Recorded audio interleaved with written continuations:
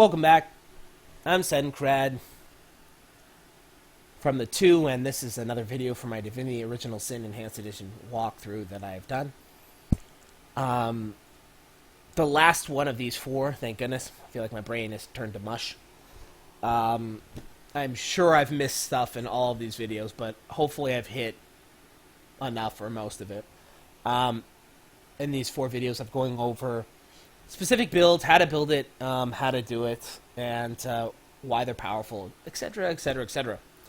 In this one, the last one, we're going to be going over Synergy build, the Leadership Knight, also known as the Madora build, because she's the one that's going to be building into this.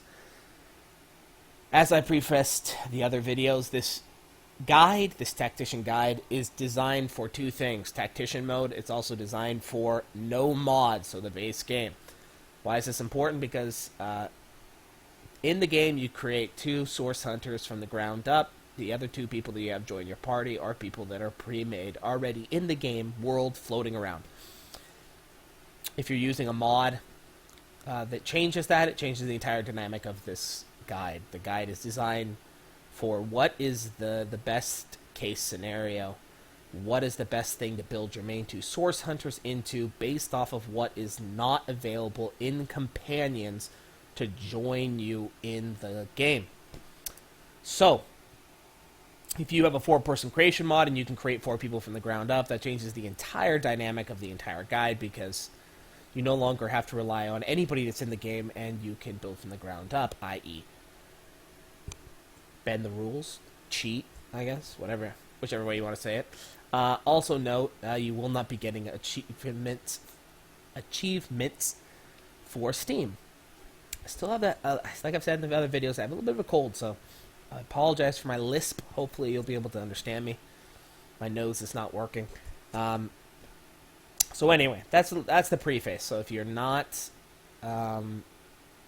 using the base game, you're using mods, i.e. 4-person creation mod, being able to edit people from the ground up, that changes everything, okay?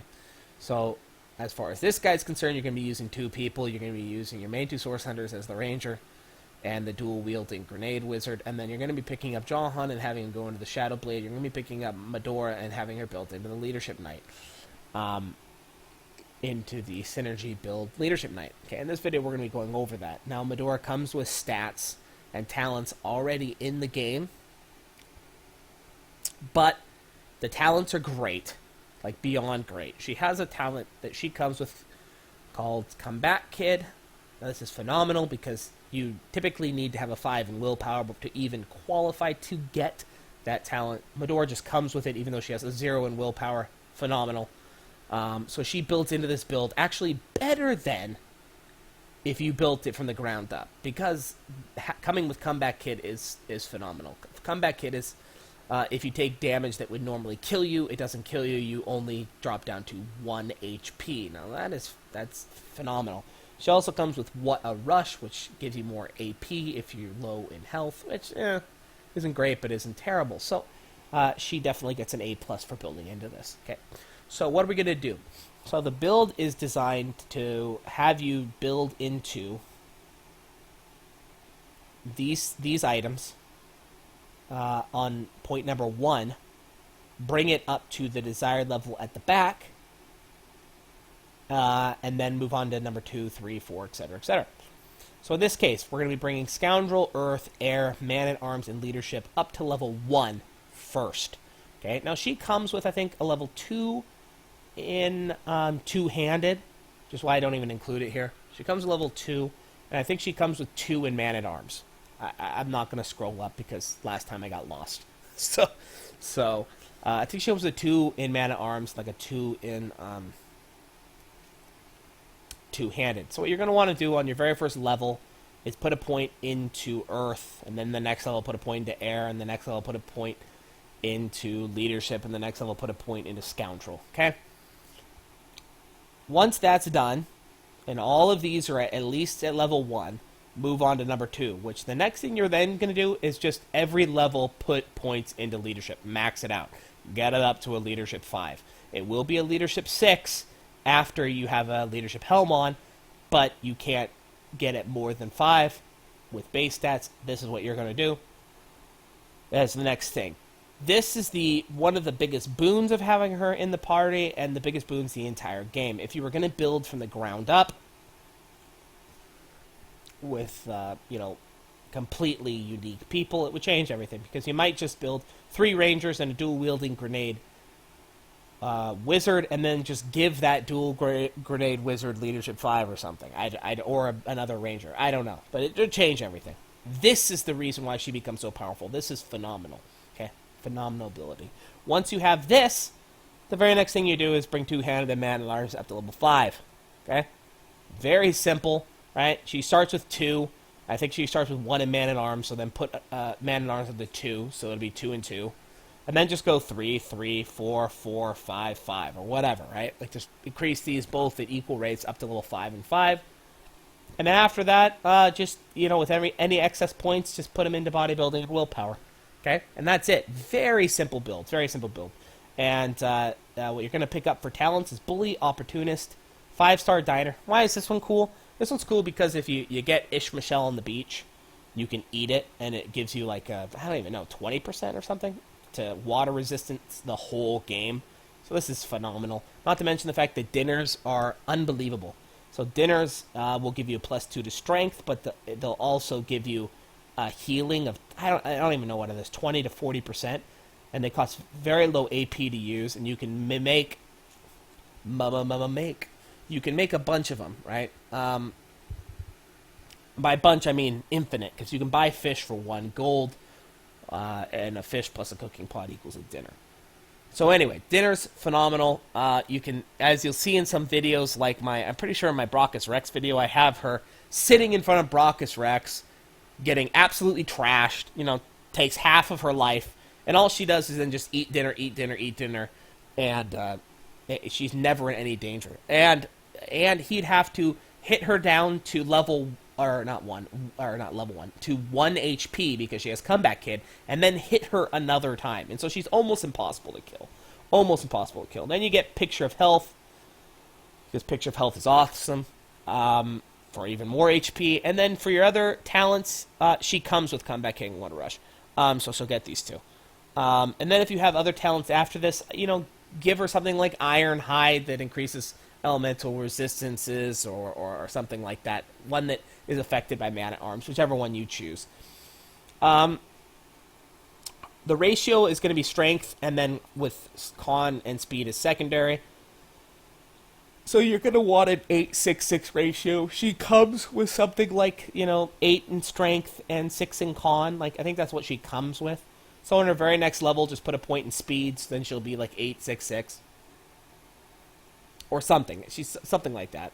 By level 14, you're going to want her strength 10, con 7, and speed 7. By the end of the game, you're going to want strength 12, con and speed at 9. Okay? That's all this is just ratios. Okay? So at the beginning of the game, she'll be around 8-6-6 is what you want. By mid-game, level 14, which is King Boreas, you're going to want 10-7-7. And by the end game, 12-9-9. Okay? Now we're going to be going over the abilities that this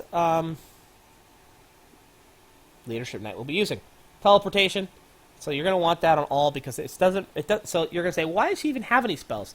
Because there are spells that require nothing in intelligence. Intelligence does not affect the outcome of the skill at all. Teleportation is one such ability. If you have an intelligence of 5, you have an intelligence of 20. It doesn't matter. Teleportation still moves objects at 100% chance. There is no, it doesn't increase the chance that teleportation will work, or whatever. So it's 100% chance. So use it.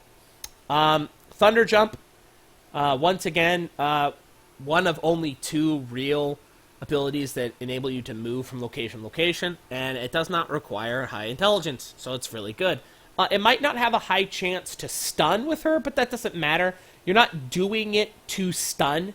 You're doing it because movement costs in this game are very high, and you actually save AP by using Thunder Jump to move behind somebody than by actually just moving over there. So Thunder Jump and Battering Ram, those are your 2 movements. You can actually, in some cases, Thunder Jump in and then Battering Ram back to your original position so that you can kind of jump in, jump out. Anyway, so your last one you're going to pick up is Wind of Change. I think it's Winds of Change. Might be Wind. I'll put Winds. Winds of Change. Wind of Change. What this does is this cures stun. This is a nice one to throw on your leadership knight because once again, it doesn't require high intelligence. Because, if somebody's stunned, it has a 100% chance to remove it. So it's actually a very useful skill. You'll find yourself actually using this often. Somebody will get stunned and you'll be like, oh, crap. And then you'll be like, oh, wait, my leadership knight. And then, you'll heal them. So this is a very useful. Not just your leadership knight, because your dual wielding and your Shadowblade will also have Winds of Change, right? So you will be having 3 of your people have Winds of Change. So one of those things. You'll be using this pretty frequently. Level 1 Earth. All of you people will be having this Boulder Bash, Midnight Oil, Summon Spider. Once again, Boulder Bash and Midnight Oil. These are ones that are going to be spreading oil. Once again, it doesn't require any intellect. There's no intellect required. It will put an oil in the area that you cast it, regardless of how dumb you are. And so these are phenomenal. You have this on all 4 of your people. It's phenomenal because you can turn in first turn, you can turn the entire battlefield into a big flaming field. And it's good because you cast Midnight Oil down first, and the AI is designed so that it'll run through oil. It's really weird. If you set oil on fire or start a fire, people will go great distances to avoid fire. But what you can do is you can throw down oil right on them or directly in front of them and create this giant oil field. The enemies will go single file into the oil field. Now, why is that important?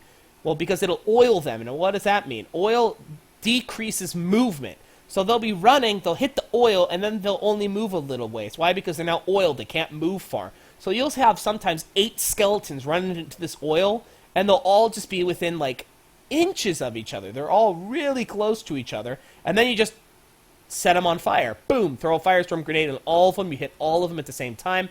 Now what happens? Well, now they're on fire. Now that they're on fire, they won't retreat and avoid the fire.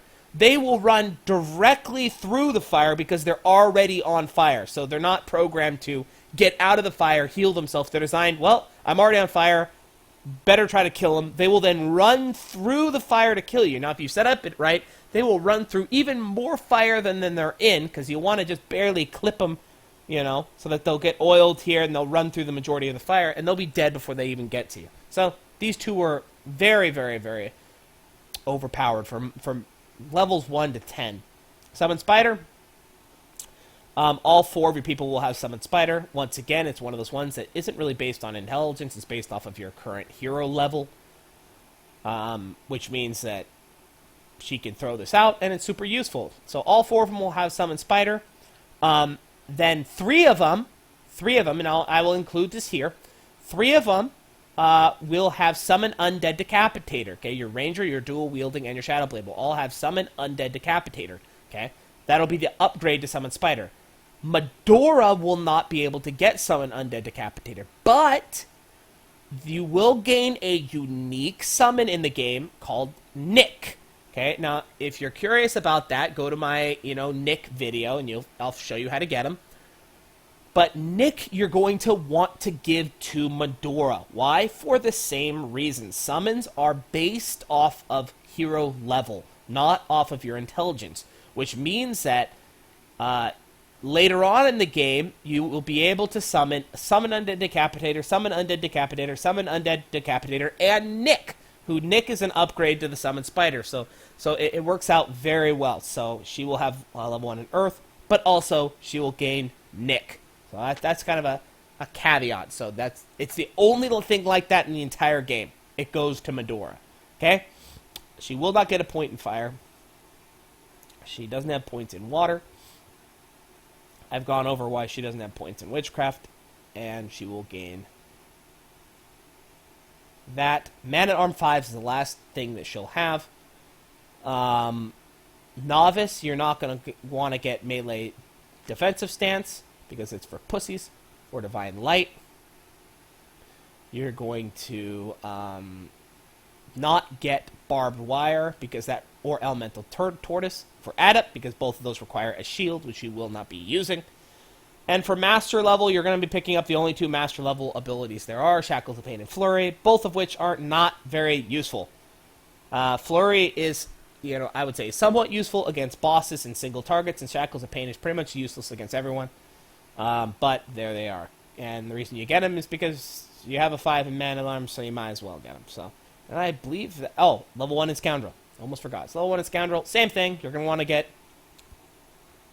Walk in Shadows, Hover Feet, and Fast Track. And these are very... And then change it to Adrenaline once you hit post level 15. And pick up the master level skills. In fact, I think with Madora, I think that Flurry actually comes at level 12. And so you can pick up Adrenaline at level 12. And you might ask, well, of the 3, she has the lowest dex, which is correct.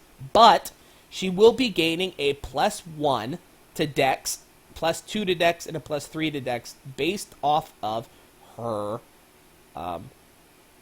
sword, because he will be adding a Tormented Soul to it. So she will have an 8 in a 7 in dex most of the game, regardless of any extra gear, and a +8 at the end of the game, which pretty much puts those 3 skills at 100% chance, as I'll show you. So, you don't have to worry about failing for the most part. You just won't. Walk in Shadows is your get-out-of-jail-free card. It's also your opening up areas. It's also your stealing ability, and it's just useful to have on all of them, especially if you're co-oping the game and 2 of you can go do stuff while the other 2 are doing stuff. Hover Feet, same thing. It's a puzzle solver, and it's good in battle. Once again, good for on all 4 for solving puzzles. And in combat, especially if you are co-oping the game, and one of you is the Ranger, and one of you is the dual wielding, and one of you takes Jahan, and one of you takes Madora, and you form 2-people party. It's good to have them. This is good. This is why you want this on everyone. Fast Track, same thing. It's a self-remedy to if an enemy slows you, you can cast Self-Haste, and Fast Track is useful. Levels 1 to 12 or levels 1 to 15, depending on when you pick up your master level skills. And once you do that, you want to pick up Adrenaline. Now, why does this become more powerful? Post level 12/15 or master level ability. So I'll explain this once again. The reason is that post level 12, 15, mostly 15, when you hit master level skills such as Hail Attack, Storm, etc., Rain of Arrows, you will be killing every mob and boss in the game post that point in time in the first or second turn. Why? Because master level skills are that powerful. Even the last 3 bosses in the game, if you want to check out that video with the last 3 bosses in the game, you'll see that even those last 3 bosses in the game you will be able to take out in the first turn. Yes, even the second boss, you will and can be able to take out her in the first turn. So, what does that mean? It means Adrenaline becomes overpowered. Why? Because you can unload a master level skill, use Adrenaline, and then unload another master level skill. In essence, enabling you to dump 8 master level skills, potentially in the very first turn. Why does Fast Track then become worthless? Because Fast Track is a subsequent turn. It hastens you for the next turns. If there are no other turns, if everything's dead in the first or second turn, Fast Track literally becomes worthless. And so that's the reason why Adrenaline becomes overpowered, and Fast Track becomes worthless. So, quickly we're going to go in here. Actually, not quickly. Nothing in these videos has been quickly. I feel like I'm dragging. So, I apologize, but it is what it is.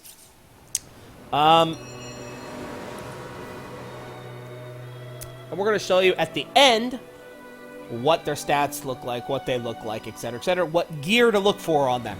Okay?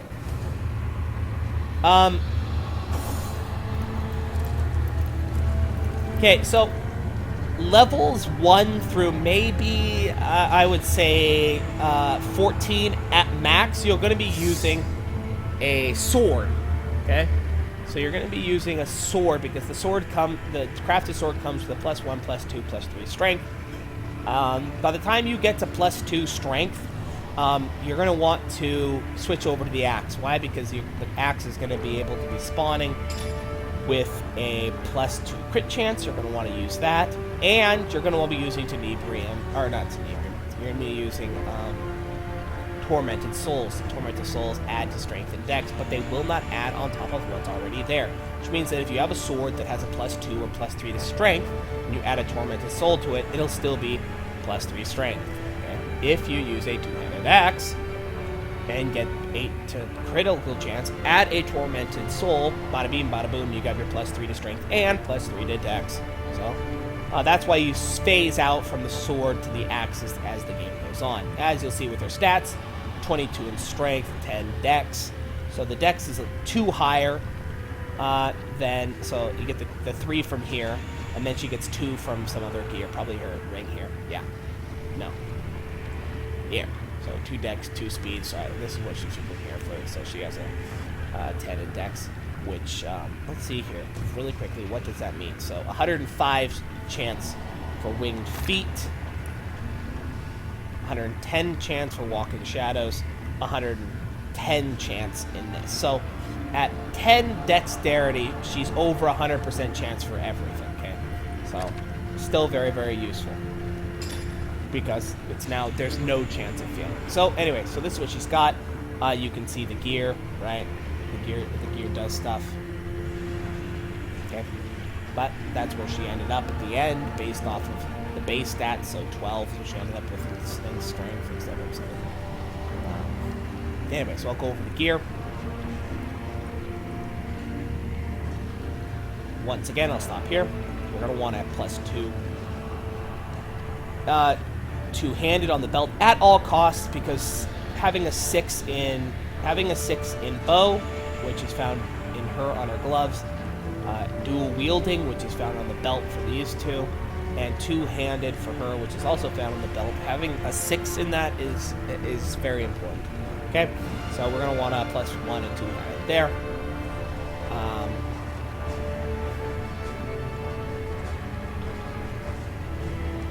Crafting, you're going to want the 8% crit chance on that axe. Okay, now you're going to go over to here, where I couldn't find a better amulet the whole game. So in this party, I couldn't find a better amulet on Madora, and I couldn't find a better belt on her. So everything else, I found something better. So only 2 pieces of gear that I couldn't find something better, which is, you know, pretty weak. But anyway, then you're going to go to the helm. What are you going to look for in the helm? +1 to leadership. You're going to want that on Madora at all costs, +1 to leadership. At the beginning of the game, if you can't find anything, craft yourself one. You craft yourself one by getting a starfish, adding pixie dust to it. You can make pixie dust by adding either moonstone dust or star dust to bone dust. And that's how you get pixie dust. You add pixie dust to a starfish, that creates a magical starfish. You add a magical starfish to a leather helm, it creates a magical starfish helm, and that gives you a +1 to leadership. You're going to want that on her the whole game, +1 to leadership. Okay? Then the next thing you're going to look for is armor that gives you immune to fear. Okay? So every other person in your party, you're only looking for one thing. You're looking for +1 to dual wielding, or +1 to bow on the gloves. Madora has 3 things she's looking for. She's a gear whore. She needs a +1 to leadership on her helm. She needs a +1 to two-handed on her belt, and she needs an immunity to fear on her armor. Now, at all costs. Okay, the other stuff becomes secondary. So in this case, I got a +2 to strength. That's phenomenal. The resistance and stuff you can always just add on with crafting, right? With this, the +2 to con, I got on top of that. And this I got +1 to bodybuilding and some HP. Okay. The reason why you're going to want immune to fear is this: with a level 5, level 6 leadership, you get these leadership boosts. Okay. Now with the leader in sight, it if you read the gold there at the bottom, it gives immunity to fear. So he's immune to fear. He's immune to fear because they all have this. She's immune to fear. Madora, who's giving off the aura, however, does not. Okay, she does not. But with this armor, she does. Now, what does this mean? Everyone in your party will be immune to fear the whole game. And people complain about that fear. Oh, I get fear to fear. Do this, you don't have to worry about fear your whole game. And if you follow my traits, as I've said, as well as my guide, you're also immune to everything else, right? Immune to charm, you know, immune to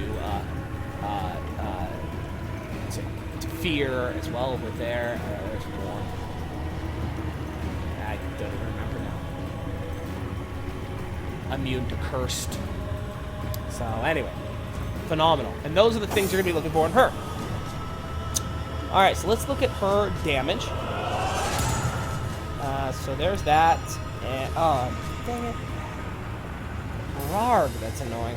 So I already had these on here from the previous video, I guess. Here we go, let's put this back. Stand strong, Okay, so here's her rage.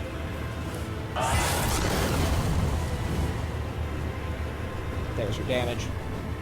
As you can see, it's highly reliant on her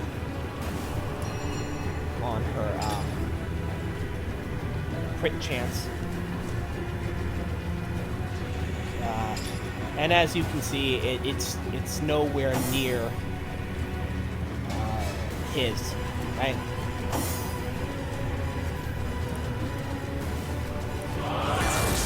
Her crippling blow with everything on it is 1150 to 2000. You know, flurry is 600 to 1100, right?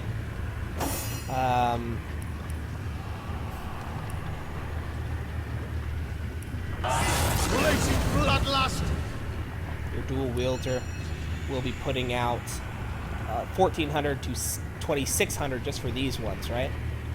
Let alone by the time he gets down here, he's at 1000 without the backstab critical, 1200 to 1225. So anyway, yeah, the damage is not even close. But anyway, there's your leadership knight.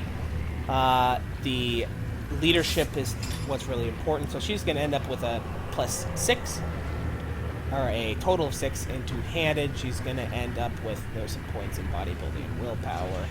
She's going to end up with, there we go. She's going to end up with 6 leadership and an immunity of fear. So, oh yeah, and Nick. Okay, so there's your Nick. As you can see, there's no intelligence or anything. It's just summon Nick. It tells you what it is based off of his level, right? And life agrees with me, So, Soul Hunter. as you can see, he has 2300 HP, you know, etc., right? And he also gains all the boosts from leadership as well. That's why leadership is super important, and summons are super important, okay? You summon your Summon Under Decapitator, Nick, Summon Under Decapitator, Summon Under Decapitator, they're all going to get those boosts from leadership. And she becomes this walking leadership knight. She also will have, if you desire, I don't even know if I gave it to her. I don't even have it on her. You also have some other abilities that allows you to cheer and encourage other people and increase their abilities as well. But anyway, so there she is. There's their leadership knight. That's what you should do from the beginning. What you should put on her and what she should have by the end of the game. I hope you enjoyed this. I hope that if you're confused about how to build, you feel more confident. Oh, okay, I know what to look for. I know what to put in them as the course of the game goes on. Those are your 4. If you have any questions, obviously, that for some reason I didn't go over in this extremely long, overly complicated video, be sure to leave a comment, and I will get back to you, hopefully. Unless it's in the video, this overly complicated video, then I'll say watch the video. Anyway, so have a good day, and thanks for watching the videos and reading the guide. Hope you enjoy the game. It's fun. And we're waiting for Divinity Original Sin 2.